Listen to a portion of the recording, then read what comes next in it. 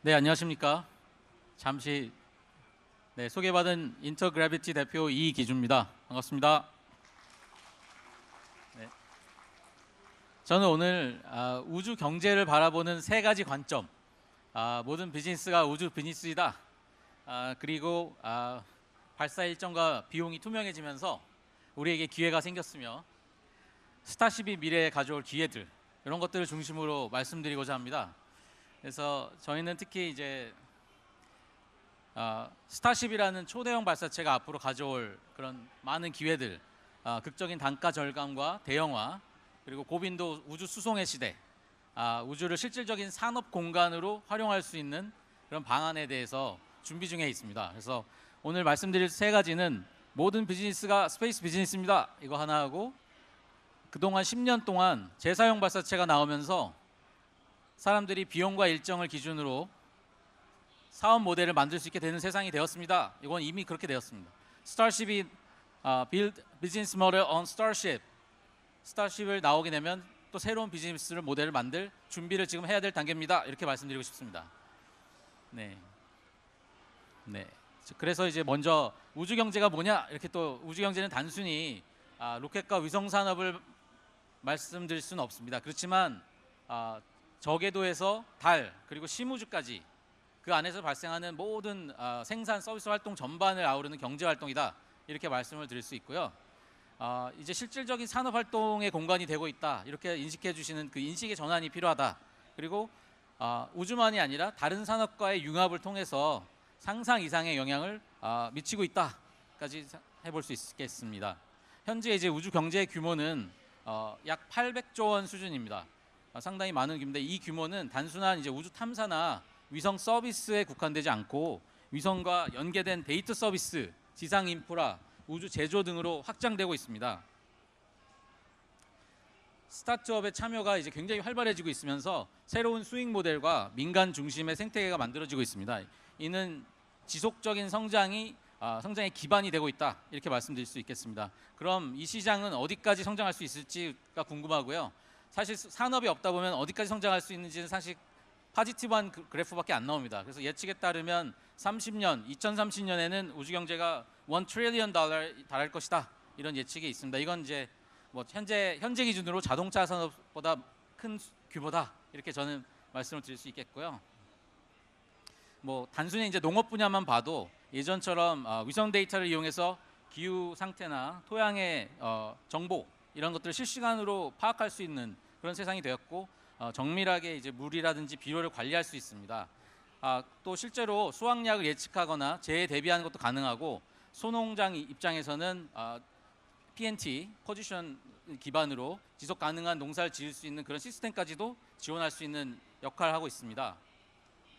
통신 분야에서도 아까 이제 앞서 말씀하신 것처럼 아주 큰 변화를 겪고 있습니다. 이제 위성과 디바이스 간의 직접적인 통화를 할 수 있는 그런 시대가 열리고 있고요. 이제는 어떤 오지 또는 해양, 어떤 지구상의 어떤 공간에서 통신망이 도달하지 못하는 곳이 없는 그런 고속 인터넷 세상으로 가고 있는 것입니다. 이런 정보 접근의 격차를 줄이고 완전히 새로운 시장을 열어가는 그런 우주 기술이 된다, 이렇게 말씀드릴 수 있겠습니다. 사실 오늘 제가 말씀드리고 싶은 거의 가장 큰 분야는 우주는 미세 중력이라는 독특한 환경을 활용해서 새로운 가치와 제품을 생산할 수 있는 것이다 라고, 우주 제조의 공간입니다 라고 말씀을 드리고 싶습니다.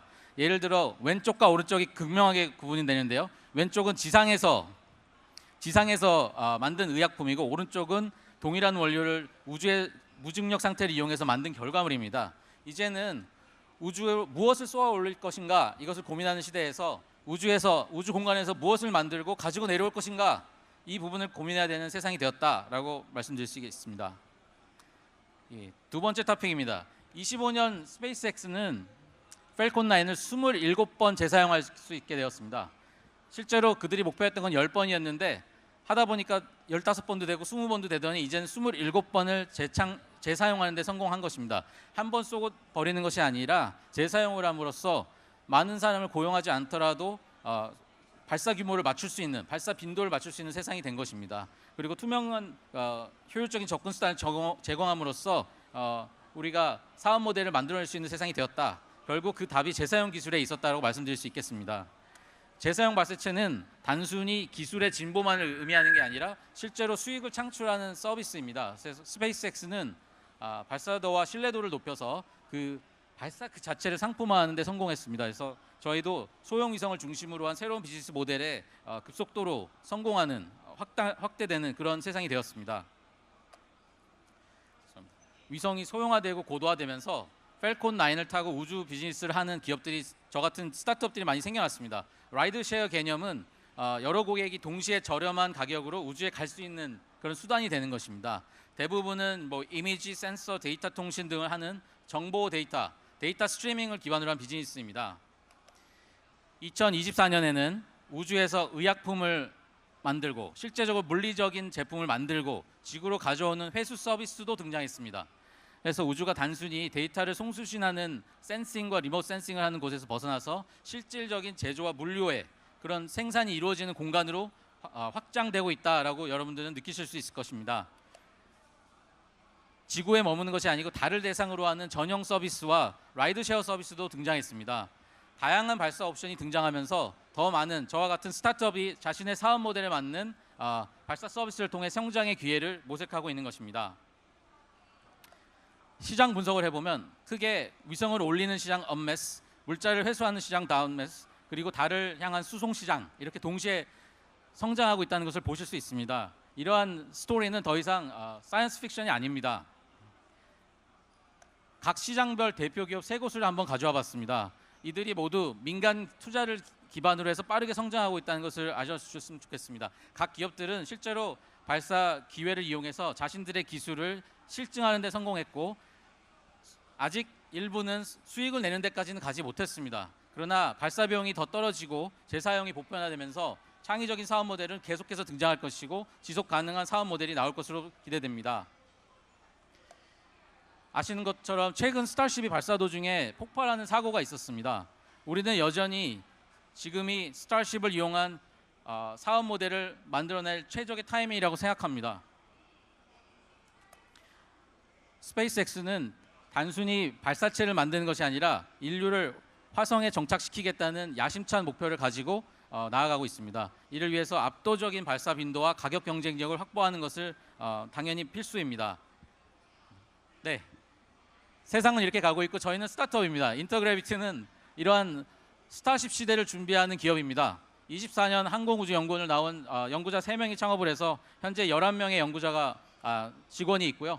그중에 7분이 항우연에서 같이 일을 하던 동료입니다. 이런 일은 사실 처음입니다. 그래서 저희는 도전적인 그리고 민간 기본의 기동성과 리스크에 관한 유연성을 활용해서 빠르고 저렴하게 우주에서 가는 궤도 수송선을 개발함으로써 스타쉽 시대에 적합한 경쟁력을 갖추고자 합니다. 궤도 수송선은 기본적으로 픽업 트럭이라고 생각하시면 됩니다. 발사체를 타고 우주에 올라가서 최종 목적지까지 위성이나 페이로드를 배달해주는 픽업 트럭이다 이렇게 생각하시면 되겠습니다. 목적지가 달 표면이 될 수도 있고 지구 표면이 될 수도 있고 심우주가 될 수도 있고 어떤 경우에든 최적화된 맞춤형 추진기관을 가진 기업만이 경쟁력을 가질 수 있고 위치 도달을 할 수 있다 이렇게 말씀드릴 수 있겠습니다. 예, 저희는 궤도 수송선을 핵심인 추진기관을 개발하고 있습니다.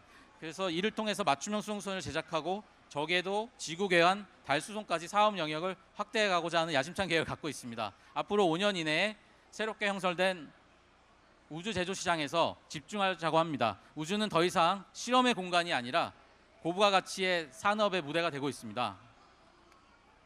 그 중에서 한번 고민해야 될 것이 우주의학 시장입니다. 우주의학 시장은 미세중력 환경을 이용해서 신약을 개발하고 단백질 결정 성장 등의 분야를 중심으로 향후 수년 내에 급속히 성장할 것으로 기대됩니다. 특히 의학 소재의 우주 제조는 기존 지상 제조와는 환경이 다르기 때문에 전혀 다른 효율성과 순도를 제공할 수 있습니다. 인터그래비티는 그에 필요한 수송 수단을 제공하자고 합니다. 네, 절대 혼자 할 수는 없습니다. 우주 산업 현재 있는 역량을 다 결집해야만 이것은 가능한 일입니다. 그래서 발사, 우주, 재료, 재진입, 회수까지 전 과정을 실증하는 정보 과제를 통해서 우리는 마중물을 통해서 이 데몬스트레이션을 하고 그리고 나서 투자를 통해서 비즈니스 모델을 성립하는 그런 방향으로 나아가겠습니다. 네, 시상 회수는 캡슐 제작, 재진 임무를 포함한 모든 통합이 필요합니다. 저희는 2027년 1분기 발사를 목표로 내년 2분기까지 첫 번째 궤도승선을 개발하고자 합니다. 상당히 도전적인 목표입니다. 기존 방식과는 달리 굉장히 빠른 시간 안에 궤도승선을 개발하고 우주에서 실증한 것을 목표로 하고 있습니다. 기존 부품을 조립하는 것이 아니라 자체 제작한 엔진을 가지고 맞춤형 수송선을 개발한다, 이렇게 생각하시면 되겠습니다. 첫 번째 목표는 보시는 것처럼 3D 프린팅을 이용해서 로켓 엔진을 개발하고 진공 챔버, 우주 환경에서 시험하는, 민간 투자 자본으로 이런 일들을 할 수 있는 이유는 저희가 선정한 그린 프로펠런트 때문입니다.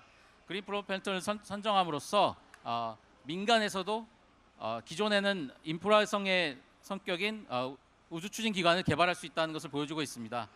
또한 이 추력기로 궤도수송선 개발 모델을 구성해서 지금 시험에 나섰습니다. 저희가 창업한 지 1년이 지났는데 이제 개발 모델을 완성하고 성능을 높이는 그런 단계에 들어갔다, 이렇게 말씀드릴 수 있겠습니다. 투자 받자마자 저희가 제일 먼저 한 일은 스페이스X의 자리를 예약한 것입니다. 투자금의 일부를 사용해서 27년 1분기에 발사할 것을 예약을 하고 그 자리에 타기 위해서 거꾸로 계산해서 궤도승선을 개발하고 있다, 이렇게 생각하시면 되겠습니다. 기술력을 입증하고 그리고 나서 상업 고객 유치에 본격적으로 나설 예정입니다. 앞선 발표했었처럼 민간으로 시작해서 저희는 방위 산업까지 진출해야 되는 그런 우주 산업은 죄송합니다.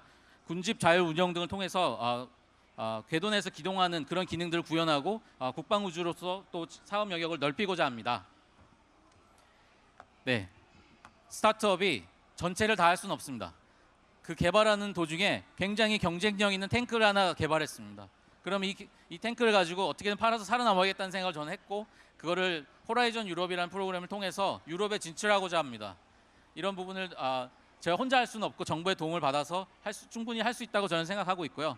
사실은 처음부터 탱크 업체로서 탱크를 가볍게 만들겠다, 이런 노력을 한 건 아닌데 저희가 원하는 궤도수송선을 개발하고자 했더니 그런 결과물이 나와서 이걸 그러면 이건 다른 나라에도 팔아볼 수 있겠다, 이런 마음까지 들게 합니다.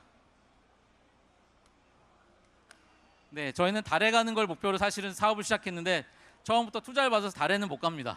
하지만 저궤도에서 서스테이너블 비즈니스 모델을 만들고 저희가 우주 제조를 통해서 충분히 서스테이너블한 활동을 할 수 있으면 이것은 달에 가는 아주 귀한 기초가 될 거라고 생각합니다. 이런 생태계를 마련할 수 있도록 우주청에서 도와주시고 다른 정부기관과 투자기관에서 도와주는 것에 대해서 굉장히 감사하게 생각합니다. 네, 발표를 마치겠습니다.